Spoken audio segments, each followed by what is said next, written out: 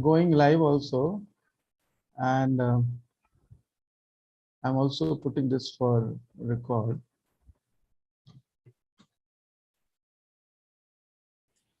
So hello everyone, and good evening to this kind of an educational series which Independent Thought keeps conducting on regular basis for people who have interest in human rights issues.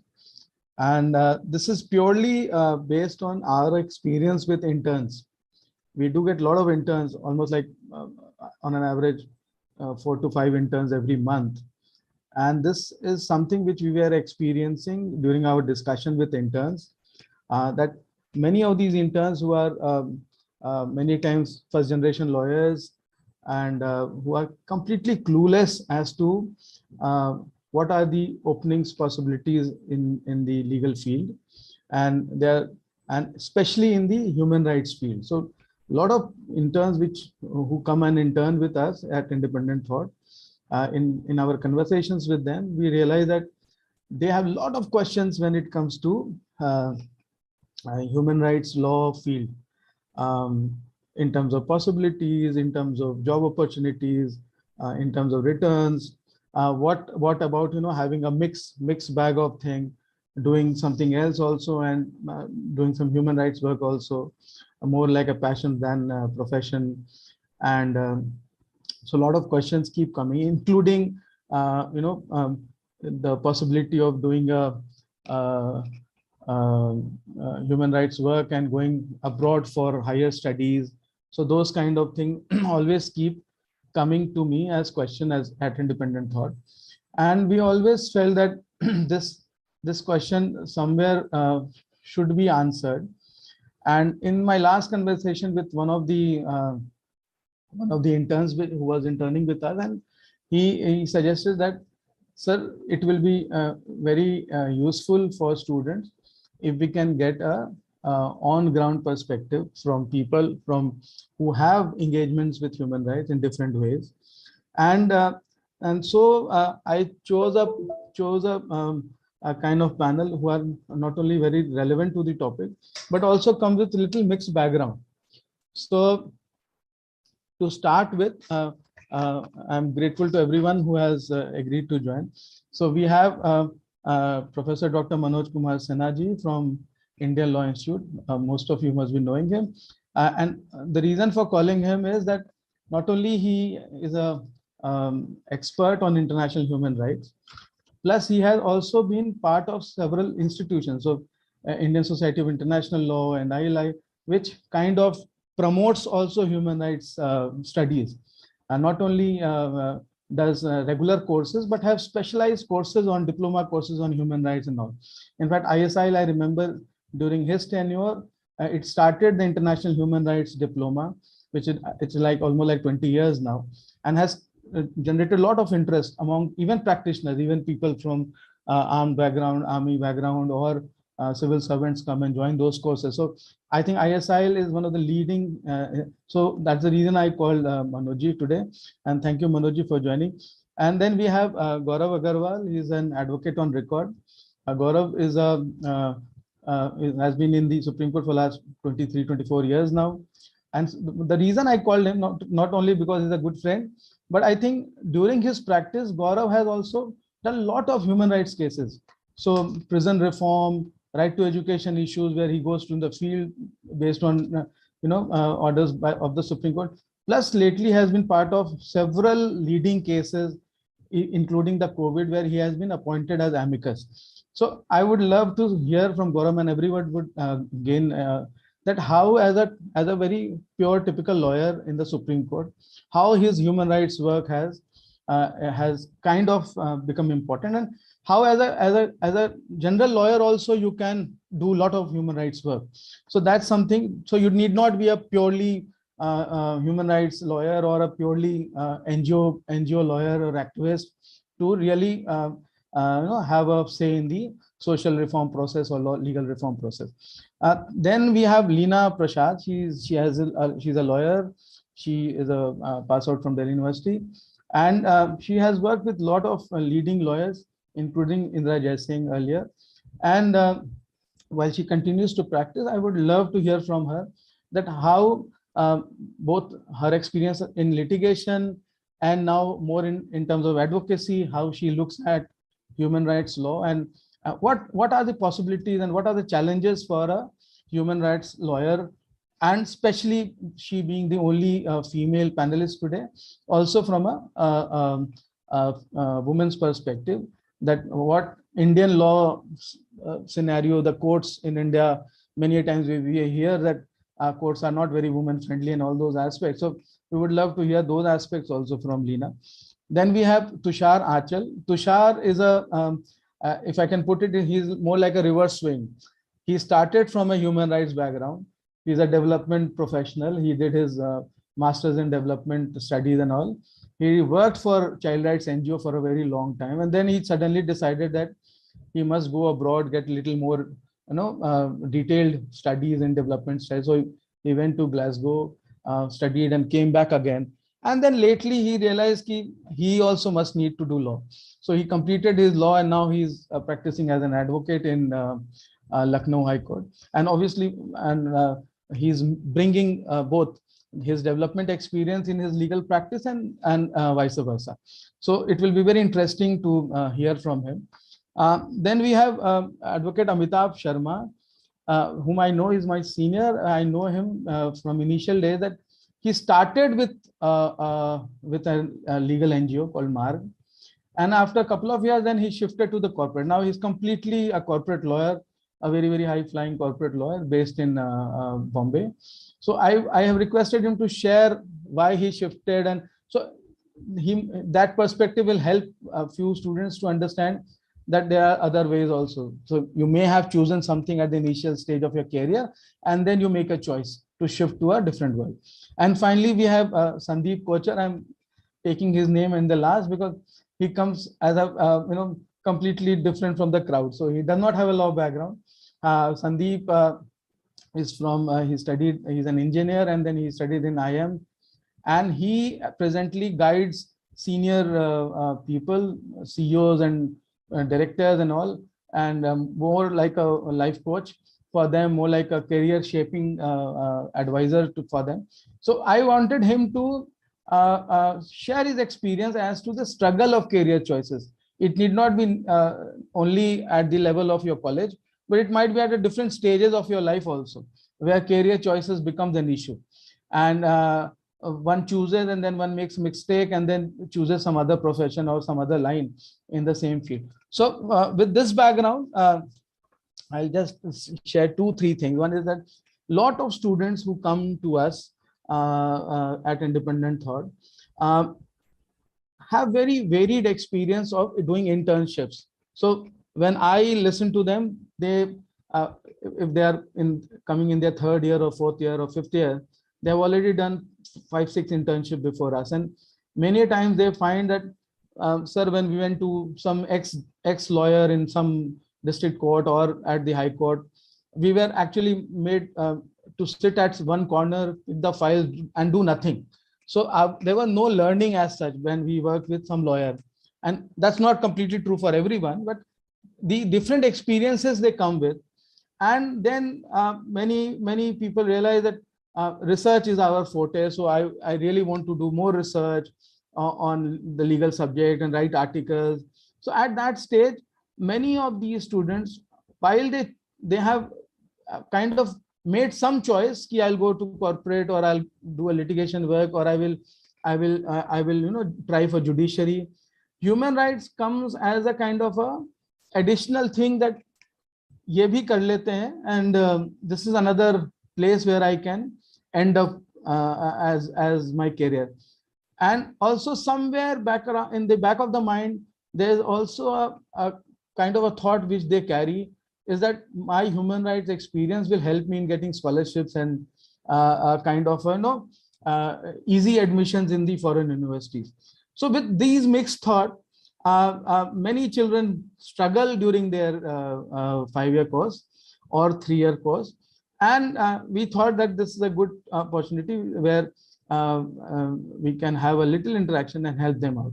So without wasting time, so I will request Manoj ji who does not need any introduction. He is the director, Indian Law Institute, and he is known.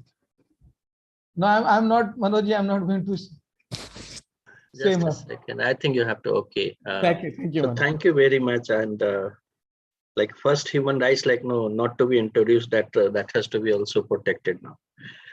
Thank you, Bikram, and for wonderful initiative on behalf of the independent thought. And you yourself is a best example for the human rights education in India. If I go back to the 2000, when you joined as a human rights instrument, like diploma course in the Indian Society of International Law, and then subsequently you started and working, and now today you have established and well-known human rights body which works in not only on the child rights. I believe it has larger mandate, and you take cover of the women, children, and also for the other areas you are open to undertake research and also the study, publication, and other things.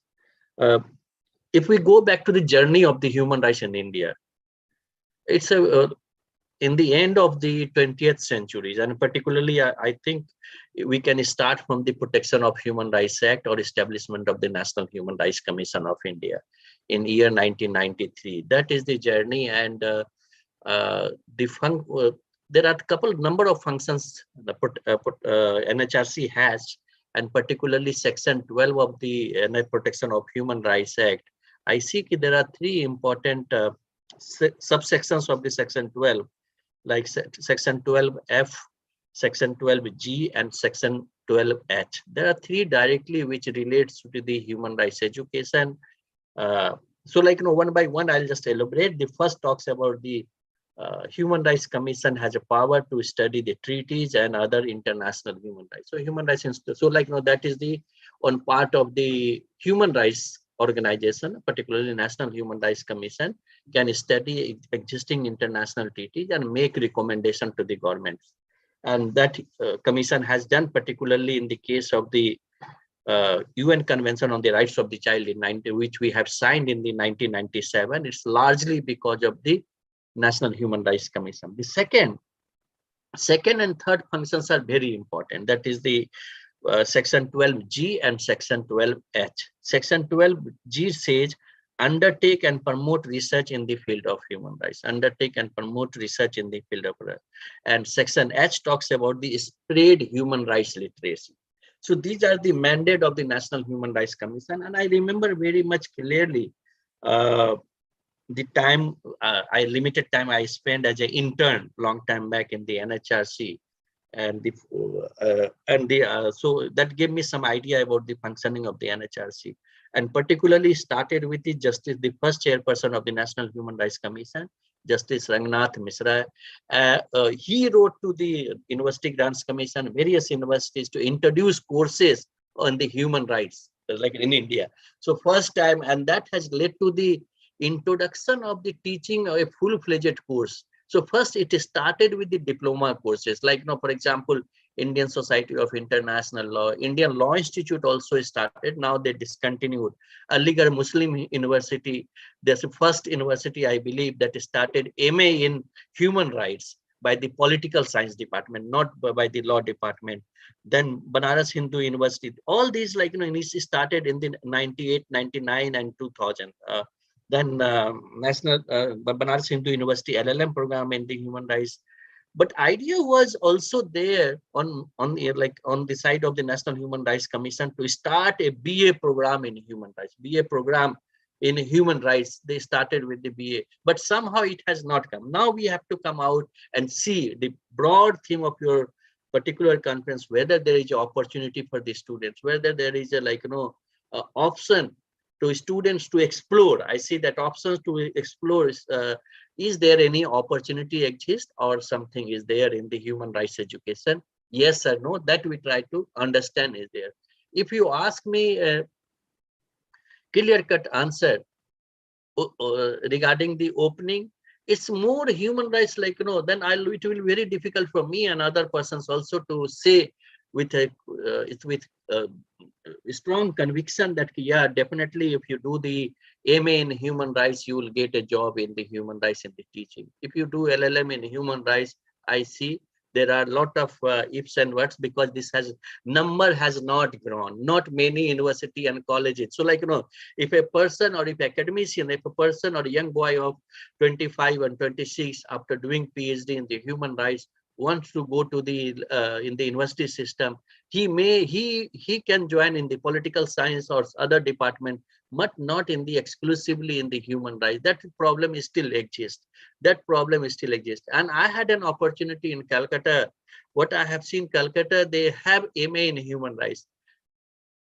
And when we interviewed the students for the candidates for the assistant professor position, it's utter surprise to me what I noticed. They all have done geography or in their other subject in BA, and then they have joined the MA program. So by chance, I inquired with the candidates, you have done BA honors, you scored good marks, why you have done human rights and now you are applied for the position in various colleges of Calcutta University? The answer of the students, so like, dedication was missing. When they said, okay, we could not get admission in the good university in the geography, MA in geography, and it was easy to get admission in the human rights.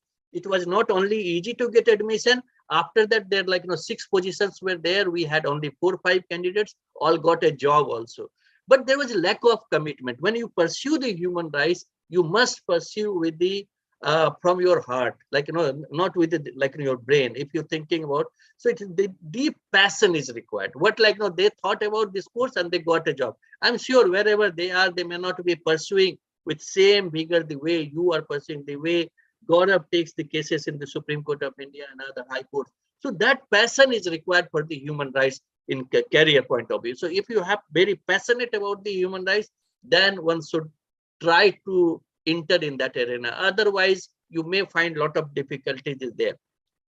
But I'm not here to discourage students. I'm here to encourage it. So I just said the limitations. I just identified limitations, because some way national education system has not evolved in a manner, or even the government system has not evolved where they should have in each thana a human rights officer can be appointed. Even the courts, a human rights officers can be appointed. Some government and even both sectors, private and government, some kind of opportunity should be given. If a student pass human rights and they don't get, they feel very dejected. They feel like, that was a wrong decision in their life. So some way institutions, both private and public, have miserably failed to tap the talent related with the human rights. And even that applies in the other areas. Some way this lacuna is there. However, that gap is filled by the non-governmental organization. A large number of students with a specialization in a particular human rights course have been working in the various non-governmental organizations, national and international. So large chunk of the opportunities, if I say till today, or it's because of the non-governmental organizations in there. A full-fledged lawyering of the human rights itself is very difficult. A family cannot be run, a family. So you struggle for the other people, but same time you may not be in a position to take care of your family if you completely dedicate to the human rights. That is also challenge, because you will be branded. He takes only PIL, he takes this, he's not expert. So some way civil law, criminal law, and then also you take human rights cases in additional time, that is there. So what is the opportunity if you say both locally and globally? It's a non-governmental organizations has a huge potential, and they absorb a large number of students who has done that particular program in there. I said if a student has done master program or LLM program, he is qualified to become a teacher, but we don't offer in any law school also. There's a human rights. They said sometimes they advertise out of a number of years, one position we need a person who has expertise in the human rights area. So not a regular vacancy comes in the human rights area when it comes into the teaching and other. So students and other candidates have to rely more on the other sector. But I see there is a possibility which needs to be developed with the special attention by the states and even by the corporate sector. Now, like it's new area which all companies should have a human rights person who has expertise in the environment, who has some understanding of labor law, who has understanding in the general civil and political and economic, social and cultural rights. They will be very helpful for the company and sensitize the employee, management regarding the human rights. So, and the additional what we see that section 135 of the Companies Act, which that corporate social responsibility, that is the also there's a place, there's a scope for the corporate social responsibility. So if each company creates a position, so then in the future there is a possibility for even in the corporate sector to work under the Department of Corporate Social Responsibility is there. Uh, uh, I have seen, and many of you have also observed, that some of the students have done extensively well in the human rights field, and they have taken, they got a place, not domestically, even internationally. Some are working in the UNHCR, United Nations High Commissioner for Office of the High Commissioner for Human Rights in Geneva. One or two students I know closely, they pursued, they got some opportunity, they settled there and they are working there. So there is an opportunity to work both, but very limited, not huge. But of course, students can take the internship. If the second point to which I come, so this I close with the an overview of the human rights employment after a person who he or she has acquired a special knowledge in the human rights field. And I can close with that there opportunity exists, and of course opportunity exists in more in the non-governmental sector, domestically and globally. A large number of human rights students are there to work. The second important point which you have also, whether a student should take internship or not, I believe that now National Human Rights Commission, as you are aware, some way they have taken it very seriously, and every time they do the internship for the 1 month, twice in a year, and they are not very fussy. The way sometimes we talk about the human rights, and we lawyer have a tendency, we to see everything in the glass of the law. That is the very big problem we face. Even the court or something, they make an observation, okay, legal education is not some way in a very bad shape. So I say it's not the legal education. So legal education, we have only 1,700 college, and we have 60, around 60 to 70,000 colleges in India, 60 to 70,000 colleges in India. So I say it's not the legal education is one of the department of a college or sometimes independent. You can't think about the 23 national law school in India. There are 1,700. So law schools are part of the BA, BSc and everything. So I feel that there is a serious need to examine the status of the higher education in India. So I feel colleges are there. I just came to know in the one college near to the Ghaziabad today itself, they have 4,000 government college, 4,000 students they admit, and they have 20 teachers to teach. When the principal has been asked how you manage, he says, no class. So no class is a phenomena. It applies to all across. So why you see only the law? You see all the courses. So if improvement is needed, it requires the improvement in all the department. And the third, so internship is, let's say, the internship is important, which students should explore. There's NHRC, the independent thought in every area they do, and that is also very important. Students gets exposed to the practical issues and challenge, and also students should associate if they want to become a lawyer, they want to pursue something vigorously in the human rights, associate with the lawyer like Gaurav, Sanjay Parikh. Number of lawyers they do in the human rights lawyering also along with the other. So law students should look into that particular part also. The internship is a very important in shaping their career point of view, that they can do that they can go for either in domestically or some other persons there. The last point which I have in my presentation is related with, there is a scholarship. There is a scholarship available in the human rights in number of universities, and we have also got the scholarship to pursue abroad.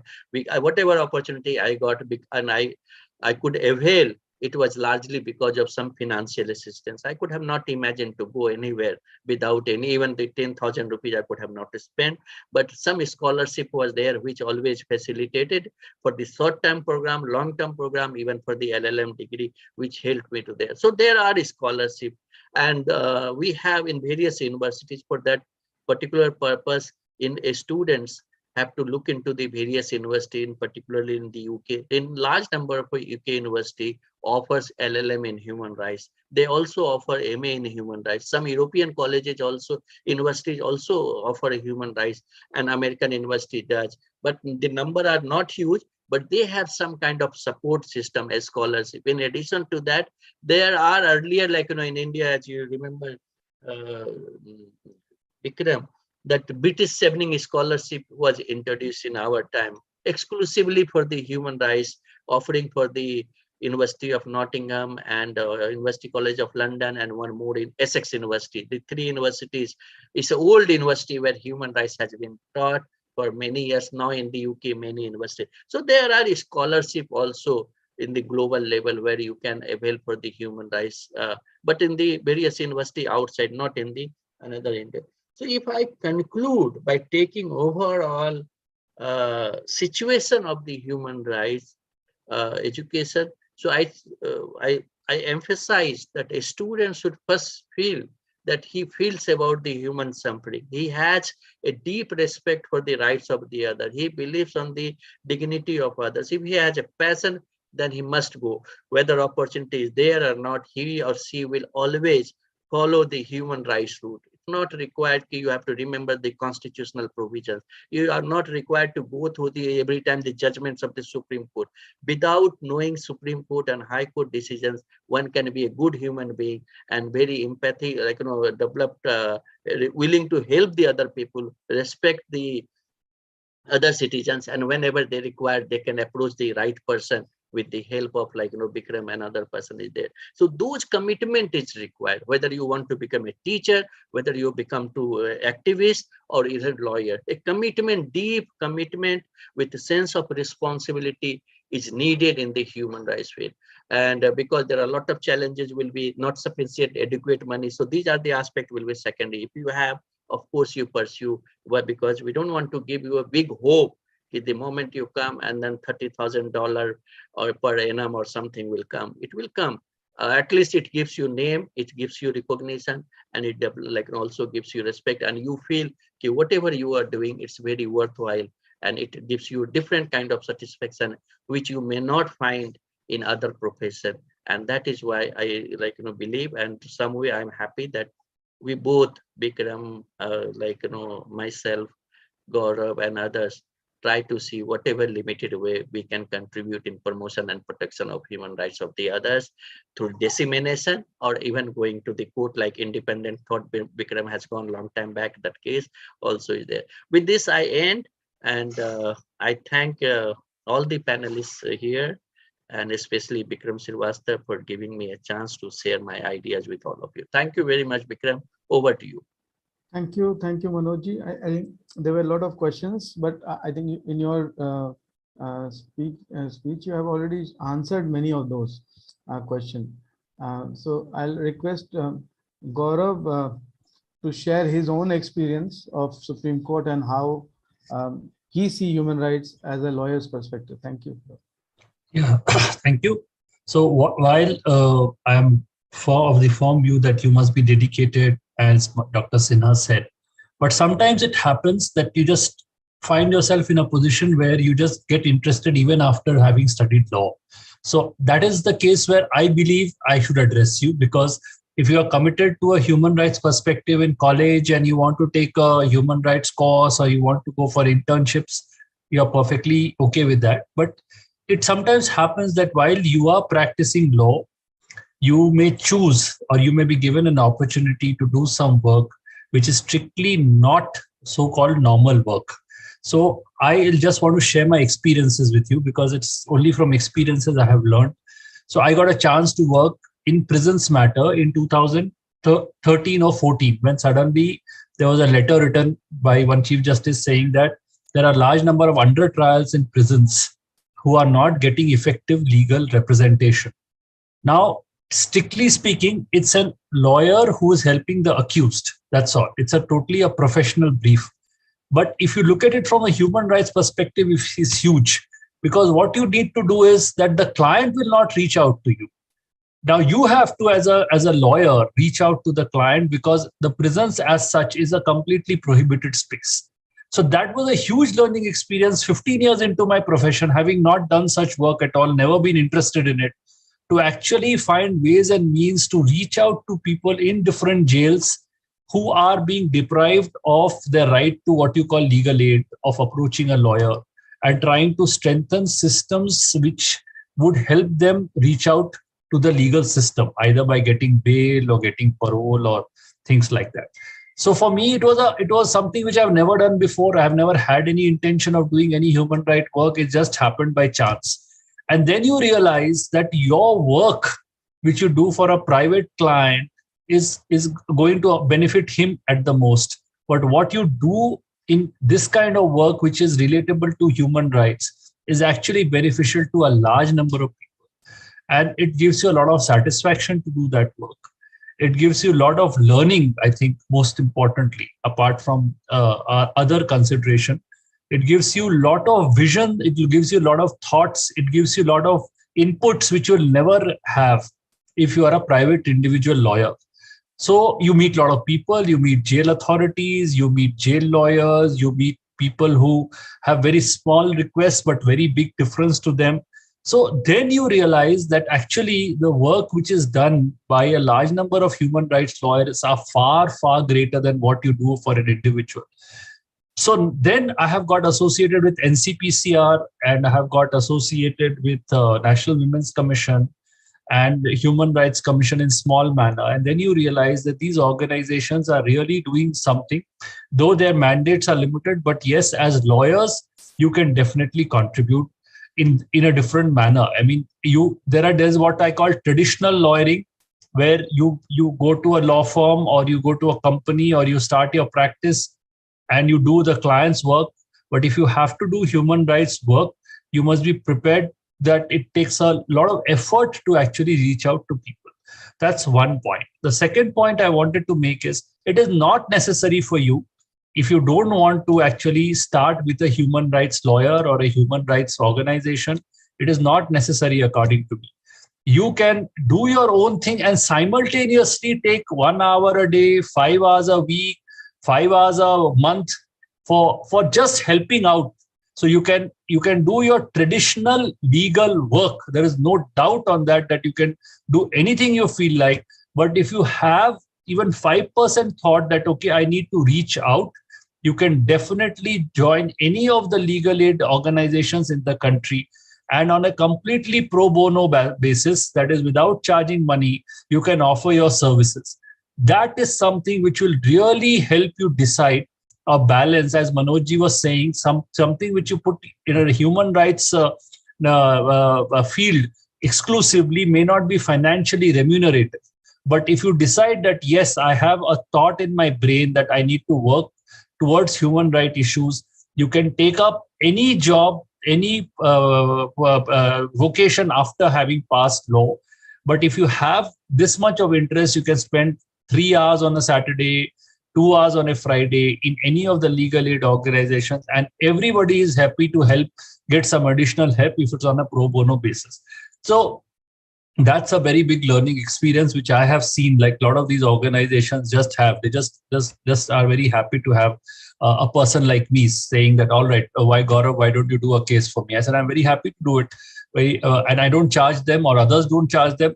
So that is also a second thought which you can do, because yes, strictly human rights lawyering may not be, in terms of returns, it's like a very long gestation period. Lastly, and more importantly, it is very important that you do not see yourself as you're a lawyer after all, isn't it? You're a lawyer. A lawyer has to be a professional person. So you must have that distinction between that my job is as a lawyer. I have to do professionally what's best for the client concerned. but don't become an activist if you continue to be a lawyer, because then you will be impinging upon certain bar council regulations. So we have a large number of activist lawyers whom we say. I find that a very different concept to accept, because we as lawyers are supposed to be independent people who are trying to assist the client. So while doing that job, if you have a human rights thought process, is very helpful. But if you want to be an activist, then don't practice as a lawyer. You are entitled to be an activist, but don't cross that barrier between a lawyer and an activist.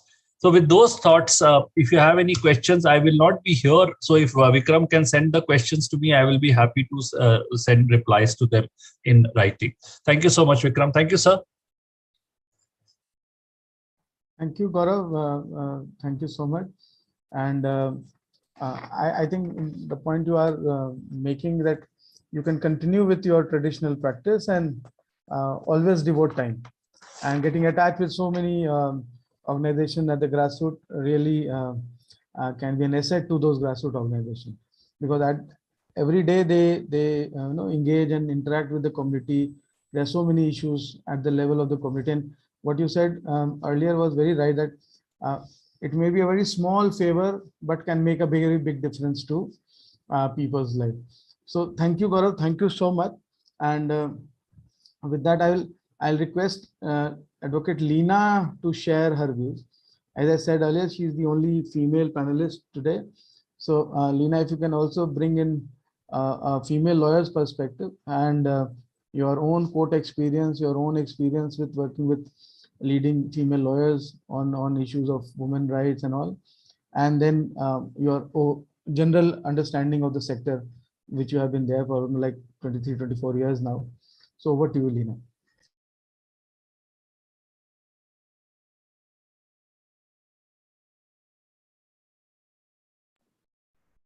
Yeah, thank you, Vikram, and thank you, Manoj sir and Gaurav, for your enlightening sharing of thoughts. Like Vikram says, I'm the only female lawyer in the panel, and that I think is a hint enough of the minority tribe that female lawyers belong to still in the 21st century. So I'll not talk a lot about gender dynamics, but let me make it very experiential, basis my 2 decades of experience as being a female lawyer and trying to find different passions, in different ways. So I started way back, born in a small town in Bihar, and I grew up in West Bengal. I came to Delhi to start to get into MBBS, but destiny had something else. It took me to the Delhi University, where I completed my law for 3 years. And after doing my law, we were the first batch which the Supreme Court had mandated that, you have to complete your 6 years of mandatory training before you enrolled as an advocate. So again, destiny took me to the chambers of the late Miss Rani Jethmalani, who, I made a request that I've just done my law from Delhi University and I would like to train under you for 6 months. And let me tell you a very interesting story, which I never forget, even like it's 20 years, but it's still there in the back of my, mind. It wasn't an interview per se, it was just an interaction where, she asked me, do you know what is CEDAW? The Convention for Elimination of All Forms of Discrimination Against Women. That's CEDAW, which I know today, and I've studied it and I've done a lot of trainings around it. But just being a law graduate from Delhi University, that point of time, I had no clue about what CEDAW was. I did not even know the full expanded form of CEDAW. And I thought she's asking me about sea law, because sea law was something very remotely that I had studied. And I told her about all the laws about water and rivers and, whatnot. And then I see a smile on her face and she tells me, okay, you can come and join me. I'll not give you anything stipend or money. I will give you some kind of a pocket money which will take care of your travel, etc. I was like super excited that, you're getting a chance to work with someone. Money at that point of time was not a concern. It's still never been, something that I worried about. But that's how I spent 2 years of my first initial, practice as a lawyer under the late Miss Rani Jethmalani, and I was exposed to an entirely new world, where I did not know that as a lawyer, she was doing so much of writing, she was doing research, she was running her own NGO, and she had a good practice in the Supreme Court. So that for the first time opened my eyes to say it is not just being in the court that, one needs to do. If you have studied law, there's so much that you can do. You can start your own NGO, you can write about important legal topics that touch society, and you can undertake research studies to highlight human rights issues, aspects of what is there in the law, what is missing in the law, how law reforms can happen, and a lot of a variety of skills that you could acquire and grow in your legal journey. So that was it. From the chambers of Miss Jethmalani, I moved on to again getting a chance to work with, I think, the best feminist lawyer that the country has ever known, Miss Indira Jaising, who was again running an NGO which is known as Lawyers Collective. So Lawyers Collective was at that point of time doing global research to understand what is the law on domestic violence, why is there not a civil law in India, whereas other parts of the world had similar laws. So it was all about researching a particular aspect of law, understanding domestic violence, what is working in India, and doing a lot of law reform advocacy to say why India should have a different law to address this rampant issue of domestic violence. And therefore, in my journey, 5 years that I spent at Lawyers Collective, it was all about focused work on domestic violence. And eventually I was part of a big team that, got the new protection of domestic violence civil law to this country. And after getting a new law, where you're part of doing the research, you're part of drafting provisions of the law, you're part of a delegation going to the law minister and presenting the rationale of why the government should take this draft to the parliament, those were opportunities and were very exciting, tasks to be part of. And after the law came into place, it again opened a range of avenues like training the police on the new law. What is the law? Why did we bring up such a law? Training members of the judiciary. And as you train the members of the judiciary, there was another added responsibility, which was you had to implement that law. So you had to actually go to court, represent victims of domestic violence, get orders for them around the provisions that was there in the new law. And judges were not sensitized. Judges did not know what the new law was about. So it was very exciting in that sense.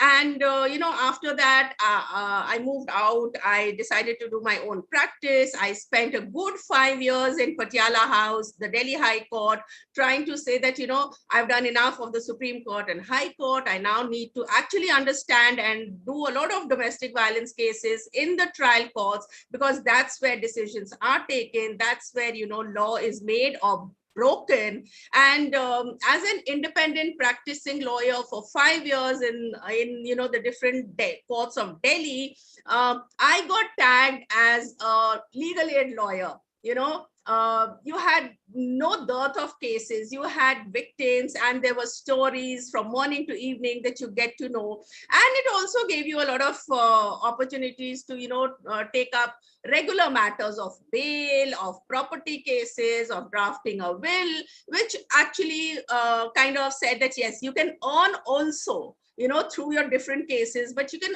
consider to be an expert and continue to provide pro bono, like Gaurav said, or subsidize, because when you're a victim of domestic violence, you do not have the capacity to pay a lawyer. That was for sure. And we knew at that point of time, I'm not in a position to say what's the situation now, but at least when I was there in the courts, I knew that the legal aid provisions that the different states and the government of India has through the district legal service authorities, etc., was of poor quality. I really do not know the current situation, but at that point of time, it was a challenge to refer any woman with a domestic violence case to a district legal aid lawyer, because obviously they did not have the understanding or the bandwidth. We clearly, at least we knew that they would not be able to do justice in that case. Also, quickly to share, when I spent my 5 years having my own chamber in Patiala House, which is one of the trial courts in Delhi, evenings was a different ball game. Every evening, this is still a male dominated sector, and every evening you had like stories where female lawyers were, character defamation was so easily done. I'm not sure what's the situation again now, 15 years down the line, but character defamations that, if a female lawyer is being seen as successful, she's not doing that because of a merit. There is something else to that, and that made me so angry. It still continues to make me angry, but it's not easy to be in that tribe of men who have their own ways of functioning.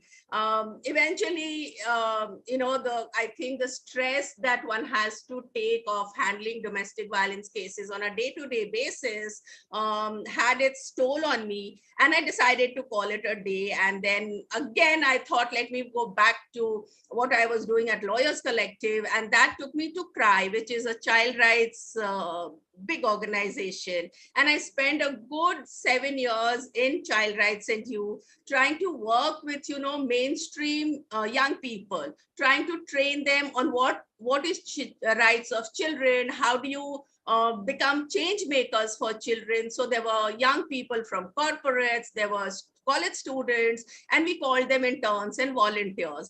And the entire idea of my work at CRY was to change their thinking, to make them champions for children. And we worked with a vision that, even if you're no longer associated with CRY, whatever you're learning as part of this journey will continue with you forever.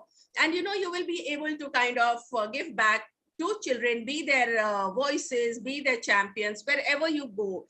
And I think that really worked. After that, there was also a lot of my own personal urge to say, okay, I've done gender, I've done children. Now, is there something else that as a lawyer, I need to continue to learn, to understand and use my skills in a very specialized different domain? And that took me to Udayan Care, where I continue to work. It's been 6 years now. And the entire work is around child protection, implementation of the juvenile justice framework that we have in the country, and the global human rights of children who do not have parents, who are orphans, who are abandoned, who do not have a family ecosystem around them to support them. So there's a lot of work that we are doing around human rights to understand what are the challenges of care leavers. How do you do law reforms for young people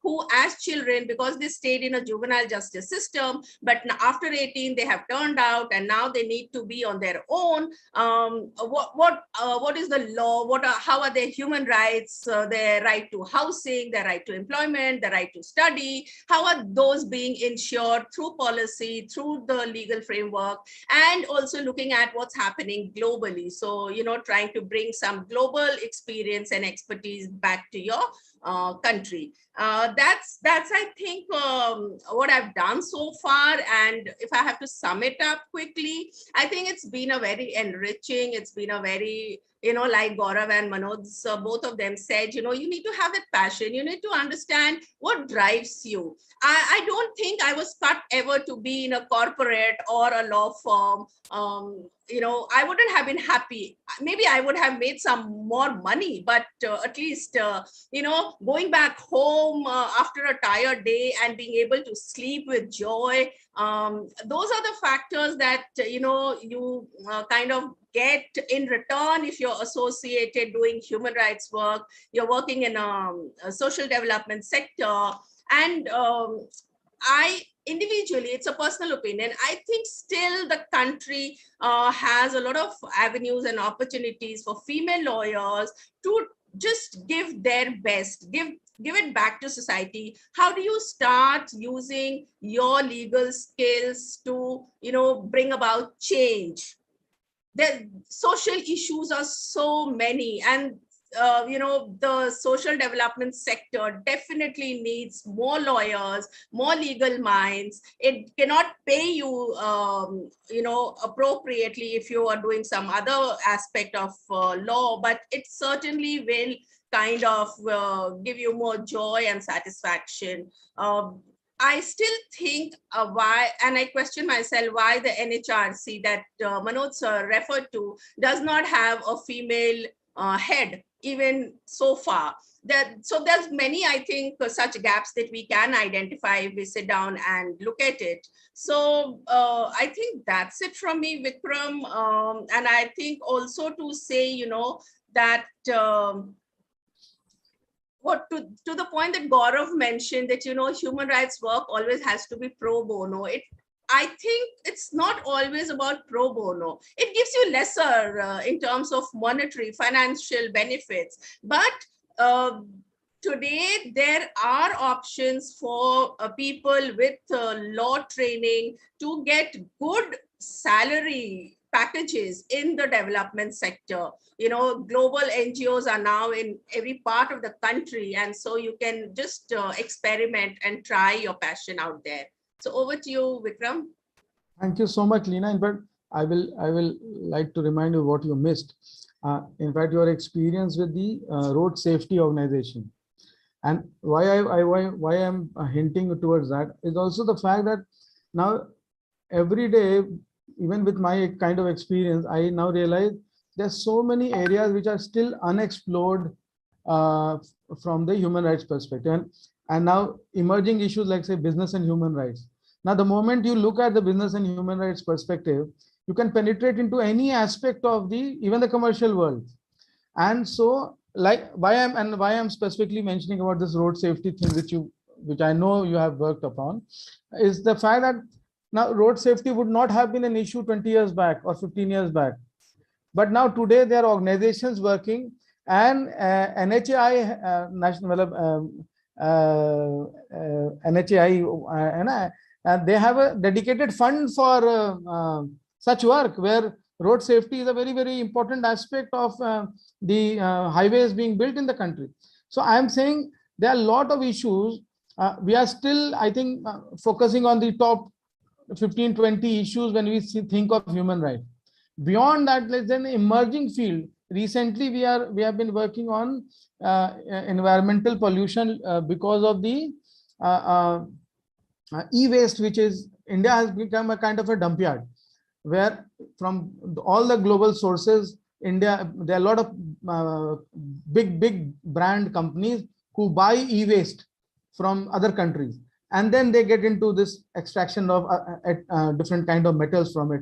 So I think there are so many new issues which are emerging in the country, that this human rights or say looking from that human rights lens need not be purely from an NGO sector, but looking from that human rights lens, I think the arena is expanding on daily basis, and there are a lot of opportunities which are going to emerge. So thank you, Leena, again, being so candid and sharing a lot of your experiences. So I will now request I'll request Tushar Achal, who is with us. So I have had an opportunity to work with Tushar for a very long time, and I know he comes with a lot of grounded experience, both with the NGOs and the government. He has worked with UN agencies also in the ground, and he also brings it a lot of insight when it comes to child protection from both India and global experiences. So to you, Tushar. Thank you.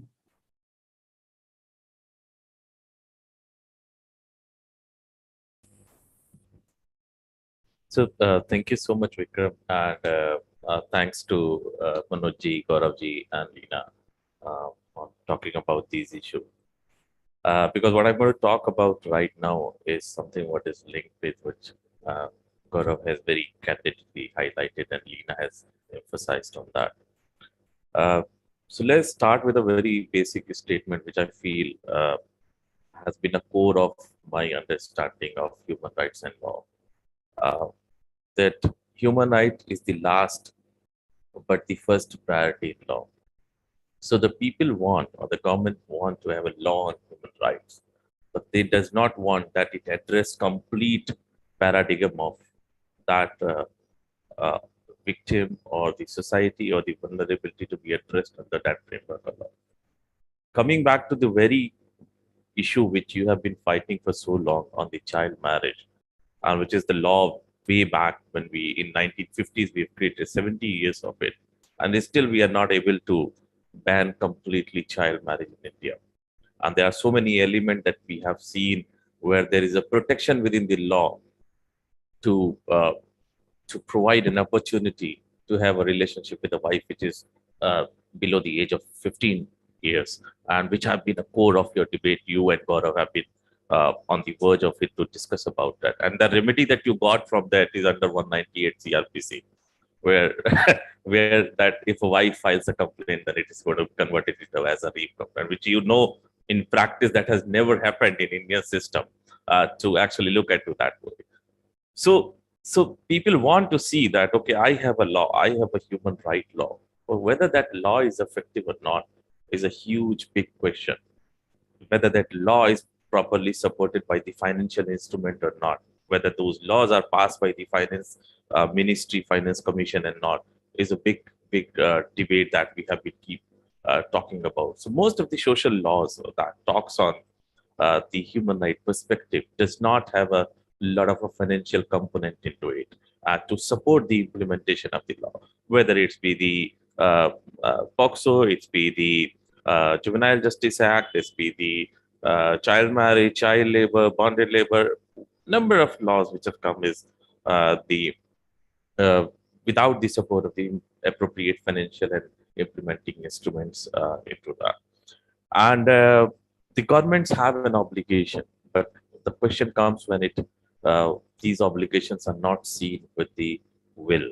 And we go back to the human rights framework where we talk about the UDHR, Universal Declaration of Human Rights, and we see as a core document of implementation of the human rights value, human rights systems within the country. And we see that there are a number of challenges into it.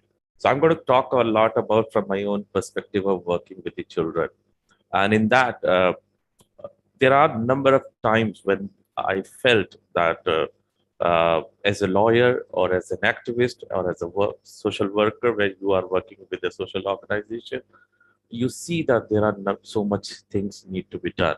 But when you go and talk about those things into the domain of the government or the system or the entitlement, you find that it is not respected with the value with which it has to be. And I quote my one experience where I was talking about the children in the jails who are born to the inmates of jail. And we surveyed around, there were some 3,500 to 3,700 children living in the jail condition who have not committed any sort of a crime. They are in jail just because their mother are in jail, and they have been growing up in the jail environment, and the authorities are not doing anything about it. They don't have to grow in there. They don't have to be in there, but because of this slack or because of the system that is not looking at to them, they are going there. And this is where the role of us as an advocate or role of us as an activist or the people who are working on child rights domain comes into picture, where we start talking about the perspective of human rights in the law. So what does the perspective of human rights is going to be taken into the law? And this is where our role becomes more important as a professional into working in the human rights domain and the law. The law does not have its own perspective. It comes from the people who work into the system. It comes from the people with whom the law interacts, whether it's an advocate, it's the social worker, it's the offender, it's the victim. Everyone contributes something to the understanding of the law. And this is what we always feel is missing in the context of this country, where we have started looking at human rights as a separate pertinent or separate element of law. But it is basically embedded into everything that we have been looking. You talked about environmental law, which is definitely a fantastic way to look at that, how human rights are going to be impacted of so many people if we do not care about our environmental practices, if we do not care about the type of water contamination that is happening into our surroundings. We will not be having the basic amenities of drinking water be available to us. So when we look at to these things, it's very important for us to understand that uh, the perspective of human rights have to be into every law, and that means that we also need to understand that how do we define human being and their entitlement and rights into that particular scenario.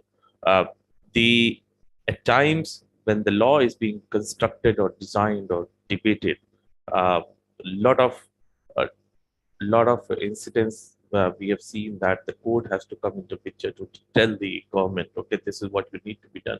And the very recent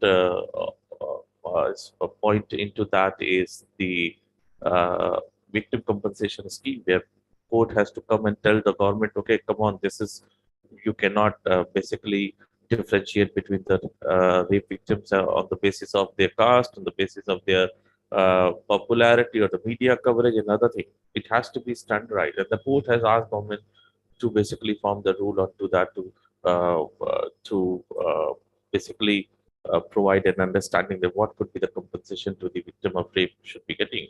That should be uniform, because that is what a right of a victim of rape is there, because state failed to protect that victim. So the law is basically coming slowly to the human rights dimension, but it is also taking a lot of time and preparation. So every time it is not making a very, very strong comeback into the field of human rights where it covers all the aspects of it. Uh, as a practitioner, where I've been working in the social sector for very long, and then I moved into the uh, legal ambit, and like what Lena elaborated on her experience of being as a lawyer. And now also, I will say, Lena, that nothing has changed a lot in the law, in the courts and all the bar council discussions and everything. Everything still stays the same. There's not much change has happened. But one thing has, what I have started notice is that people have started talking about it.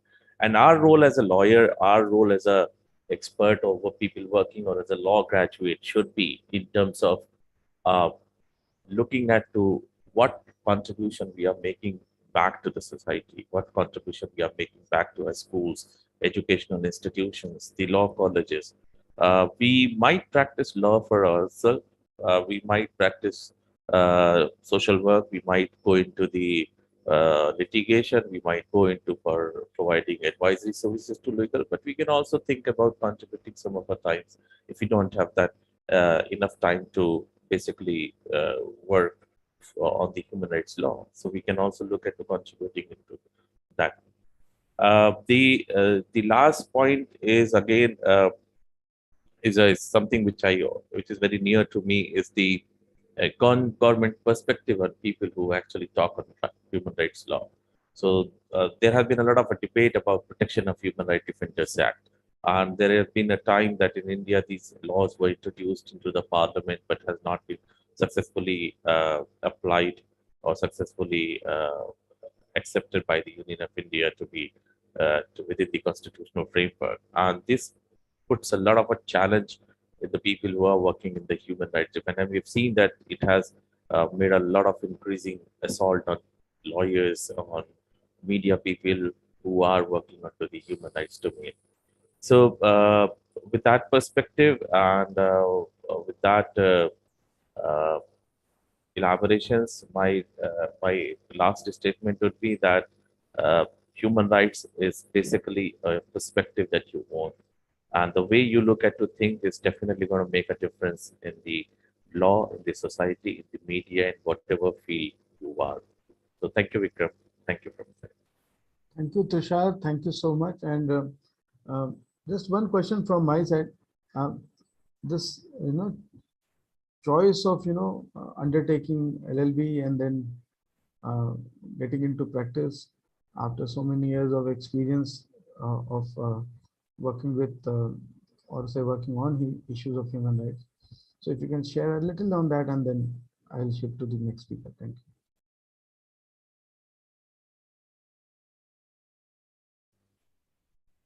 So you've been with me throughout all this journey, Vikram. So after working for almost like 16 years, 17 years in the field of social sector, I chose to be a lawyer.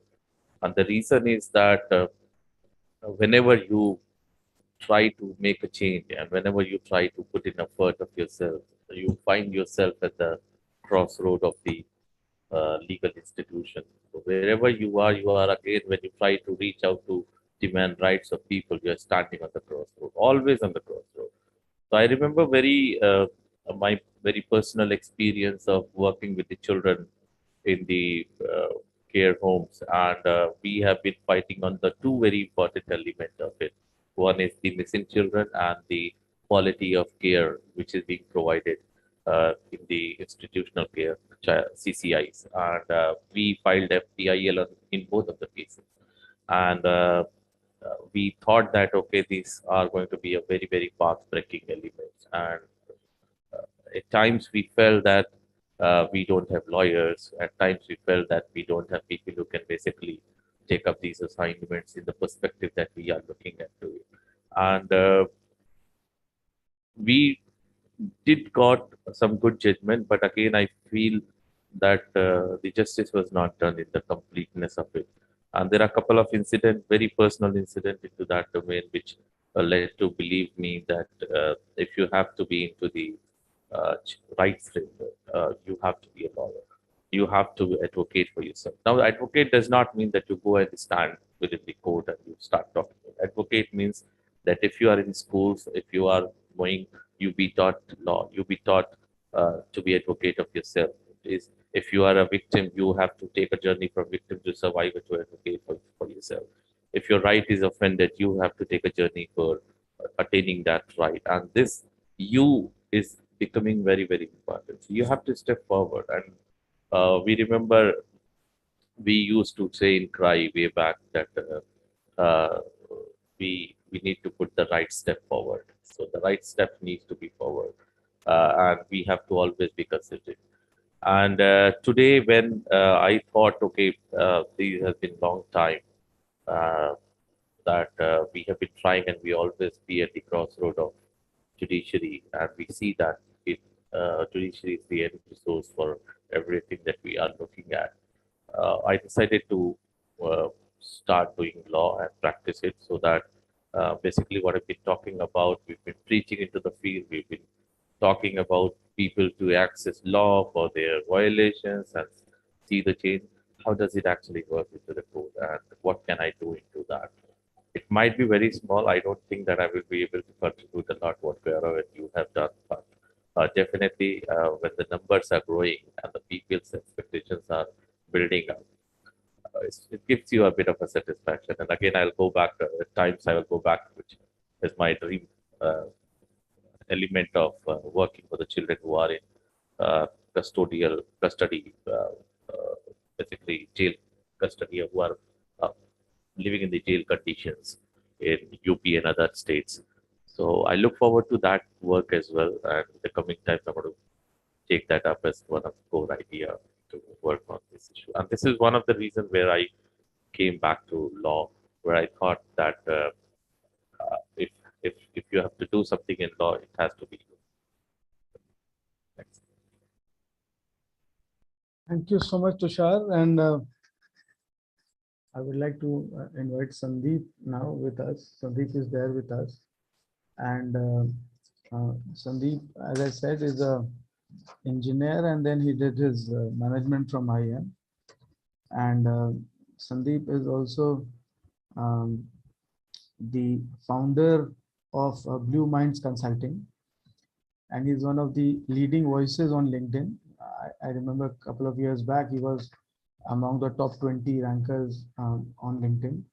So Sandeep also does a lot of consulting and life coaching and career counseling for senior management people in different domains. And I requested specifically for his input today because it may be different stages of career, but when confused, you are confused. So you seek help of consultant. So everyone here and mostly the students are at times at crossroads and unable to decide. So over to you, Sandeep, for cracking that confusion in mind in terms of choosing one's career, one's next step, and is it the right time? That kind of questions which kind of bothers people. So over to you, Sandeep.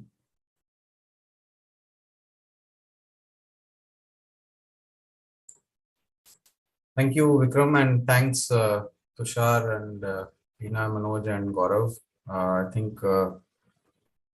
I think I may be the only lawyer in this in this audience, so I'm just going to give you a different perspective. I think I'll just speak a little bit around the careers part, but before that, I thought one of the aspects that we didn't discuss today was the whole LGBTQ plus bit, which is also the the gender diversity element, where there is a lot of legal stuff involved as well, and we could. I mean, it's not just women diversity, but also the LGBTQ plus minority community. And the other part is the whole, the anti-sexual harassment policies that happen. And I've seen people make a transition from, I've seen a partner in a law firm quitting her job and getting into this area and then advising companies on how the policies could be implemented. So more from a compliance and also from a legal perspective, how do you manage these issues and challenges in the corporate world? So that's a great area. And the other bit is that the LGBTQ plus is not, they don't have access to legal, I mean, they don't know how to really get support. I mean, in such cases, even for example, even on the sexual harassment cases that I've seen is that especially women find it very tough because they don't know what should they be doing, what is the right course of action. And especially in large corporates, many times when it's the lady versus the man, there's that whole challenge that comes up. So I think this is one area where not only can you do some interesting work, but also where you can make money as well if somebody is looking for a career there. The second aspect that you asked about is, I think in the early career, one should focus on, especially if you're a student, then do some internships to find out which is your area of interest. Because I've seen later on, I was just coaching this lady a week back, and she had worked on the the corporate side. I mean, in fact, she had worked with a law firm for a while. And then she said that the work culture and also the amount of effort required was too long hours of working. And then she wanted to move away from the law firm to the corporate side. And she was finding it very tough because you know how it is, right? In law, when you make the transition, people are going to ask you, hey, have you worked on the corporate side? And you'll say no. So therefore that challenge becomes more so. So I think it's always good that you do some internships of different kinds in the early part of your career to get exposed to some of these things so that you can take a better decision later on. Now, obviously, in your early career, you are always full of energy and you may be okay working 12, 15 hours a day. But over time, it definitely takes a toll. So if you're working on the M&A side, again, I feel that there's a lot of work pressure. And I've seen people working 18 hours a day. And finding it extremely tough. And especially if your idea is that, look, I want to have a balanced life. The other part is that when you make transitions, let's say you've gotten into a career and then you don't like it. I think the tough part is for lawyers, I think so, is making the transition is very tough because it's a specialist field. For other fields, you can just do a course, pick up some stuff and make a transition. But here it becomes difficult. And I think that is where you may need to kind of, I think Gaurav mentioned this very beautifully, that some pro bono work could be done side by side so that you can slowly, carve a path for yourself in that area. So whether it's human rights or any other area, I think if that can be done along with your, normal course of job, whatever you're doing, you can continue doing and devoting some time on it. And then later on, take a call on whether you want to make that your full-fledged career or not. I think a lot has been spoken about the fact that most of this work is all pro bono.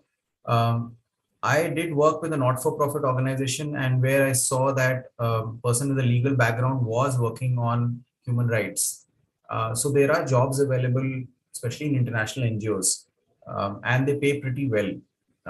The second part is that I think if you can pick up some skills in that area that you want to get into, I think that will help you also start to because sometimes you may get interesting assignments that are happening in different organizations, and that could also be you could do that along with your other work that you're doing. So I think these are some of the thoughts. The other bit is the whole CSR piece that I think was mentioned a little bit by I think by Dr. Manoj. On that side, I think there's a lot there as well. There's a little bit of overlap there of the CSR with the legal side, but still, I don't see too many lawyers working in that area. I think if you look at the skill sets that are happening in most other fields, you find that an intersection of 3 or more is becoming the norm now. So if you are, for example, in one area, let's say you're a lawyer, but then you're looking at human rights, and in that, if you are specializing in a particular field, let's say child rights or others, I think those 3 intersection, if you can find 3 or more, I mean, earlier it used to be 2 or more, before it used to be 1, but now it's the intersection of 3 or more is where I think not only the opportunities lie, but also, I mean, if you will look at financially, money also lies there. So I think with that, I think the whole corporate side is definitely an open area for several lawyers in unconventional fields where they could look at several things, right from doing human rights work as well. There's a lot of work that is happening in villages in various states as well, which I think a lot of lawyers could get involved in, especially on the on the human rights side. So that is it from that perspective. Now, if you are in a mid career, you've gotten stuck. So the early career really will be about choosing the right area, which you can do by experimenting with different internships or doing some volunteering work. In the mid career, obviously, again, you will have to do the same thing, but it will be tougher for you because obviously you've gone ahead in your career and you're also earning a particular amount of money. And then it may be difficult for you to give that up. So maybe you could do it something along with what you're doing and then take a call. Late career, obviously, it is to follow your passion or something that you love to do. And I've seen a lot of people quitting from different fields within the legal framework as well. So lawyers who were in the corporate side, quitting up to start their own work. I've seen people moving to the human rights side or, the whole, the whole LGBTQ plus side as well. So I think that point of time, I think it is more the quality of the work that will drive your decision than anything else. Now, if you can start early in your life rather than waiting for 20 or 15 years and then taking a call, then you have a head start towards what you want to do. So you'd rather start upfront with what you want to be doing eventually. A lot of people postpone this decision for later and say, let me do this, make some money, and then I will do that. If you are able to do that earlier in your life, then I think you will go, I mean, let's say suppose you do it now when you are just a student, you will save 10 years of your life, because after 10 years, when you make the transition, you will have zero experience in that new area. So I think that is another thing that one should consider. But yes, it does require a lot of passion is one, but I think so the whole FOMO will kick in, because you know that you may miss out on some very important opportunity because your other colleagues will be moving ahead of you. So that part of it. The last part of it is around the money part, which I've seen a lot of people compare with what other people are doing. I think every area gets paid differently. And also I feel that if your skill level is much more better than other people, you will definitely get paid more irrespective of the area. There's a lot of government work also that comes in. So even if you're doing human rights and if you become, good in that area, my guess is you can also bid for projects also in that area as well. So, but don't compare the money that you're earning with what other people are earning, and that leads to a lot of dissatisfaction amongst most people. I was speaking to a lawyer recently who said that, look, lawyers of my batch are being paid double of my salary. And, she was very unhappy because of that whole fact. So I told her, look, you have gone at your speed. So why are you even comparing with what somebody else is doing? Yes, fine. You may be maybe a few years behind, but how does it matter in the scheme of 20, 30 years of your career? It is just a very, very small, difference that will be there in the longer term. So I think that part is very important, that we don't start comparing so early in our careers, that you'd rather find your niche and your, these days it's called micro niche. So it's better that you find your micro niche early in your life rather than later. So that will save a lot of years for you later on. But you could do the other way also, that you work for a few years in a particular area and then you plan to make a career transition. So I think I'll stop here. Over to you, Vikram, and if there are any questions, we'll be happy to answer. So thank you so much, Sandeep. I think you must have provoked thoughts in people's mind. There are no straight answers, we all know, but these dialogues at times help to rethink or refocus on some particular aspect. So thank you so much. And we were expecting Advocate Amitabh Sharma to join. He was supposed to land in Mumbai late evening. So either he must be on the way or we may miss him today. So I'm opening for discussions. If anyone has any question which they feel like answering, so if you can just put your hands up, the digital hands up. If you go to reaction, there's a raise hand option. So if anyone has any question, you raise your hand and I will unmute you. And then we can have a discussion. Anyone with any questions, so that we can, it's an open session, anyone can ask any question.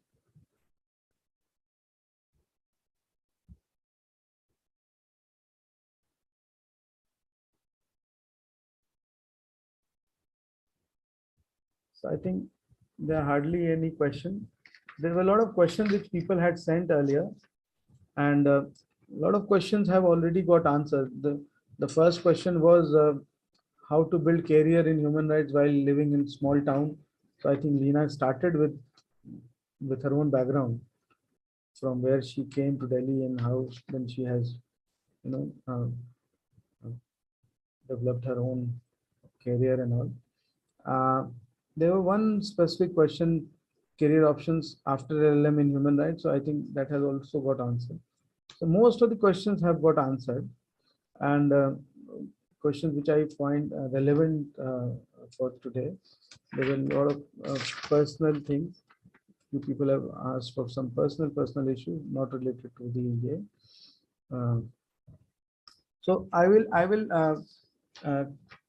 like to sum up here, and I would like to thank again everyone.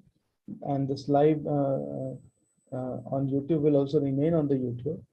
And as independent thought, not only it's an opportunity for us to know perspective, but we are also open to all our students to remain in touch with us. And if they have any personal query or personal issues they want to address or get addressed, and they feel independent thought can in any way help them, so feel free to connect with us. And thank you so much. So again, I will thank everyone, starting with Manojji. As always, your presence gives us both encouragement. It's like a blessing for us. And then thanks to Gaurav, then Leena, Tushar, Sandeep, and we will definitely take it forward next time. So thank you, everyone. Thank you.